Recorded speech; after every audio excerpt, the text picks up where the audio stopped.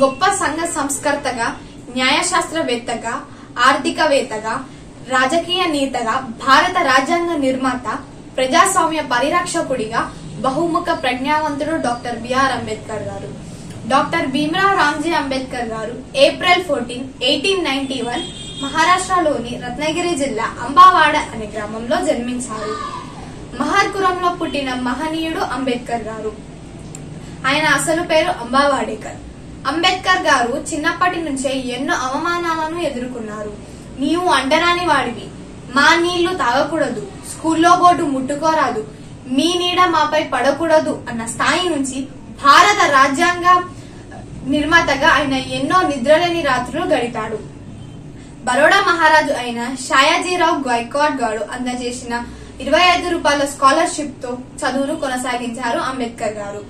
ఎంత ఆకలి వేస్తున్నా ఒక్క పూట భోజనం చేస్తూ డబ్బులను కూడబెట్టుకుని వాటితో పుస్తకాలు కొనుక్కునేవారు అంబేద్కర్ గారు.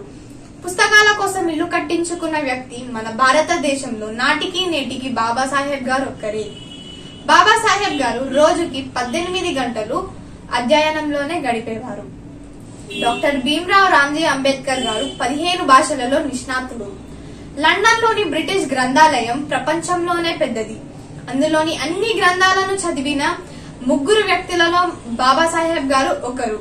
కొలంబియా యూనివర్సిటీ 2004లో టాప్ స్కాలర్ లిస్ట్ లో అంబేద్కర్ గారు మొట్టమొదటి వారు.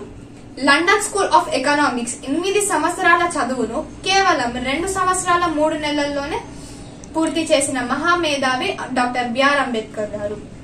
స్త్రీలకు, అణగారిన వర్గాలకు, నిమ్న జాతులకు విద్య ఎంతో అవసరమని గ్రహించిన వ్యక్తి బిఆర్ అంబేద్కర్ గారు. ప్రపంచంలోనే 2 మాత్రమే విలువైన అతి గొప్ప గ్రంథాలయాలు ఉన్నాయి. ఒకరు అమెరికన్ రాజ్యాంగ నిర్మాత థామస్ జెఫర్సన్ కాగా మరొకరు భారత రాజ్యాంగ నిర్మాత డాక్టర్ బిఆర్ అంబేద్కర్ గారు. ప్రపంచ ప్రఖ్యాత కొలంబియా యూనివర్సిటీ అంబేద్కర్ గారిని ఫౌండింగ్ ఫాదర్ ఆఫ్ మోడర్న్ ఇండియాగా కీర్తించారు. ఈ దేశ భవితకు ఆయన ఆలోచనలు, అభిప్రాయాలు నేటికి మూలాధారాలు.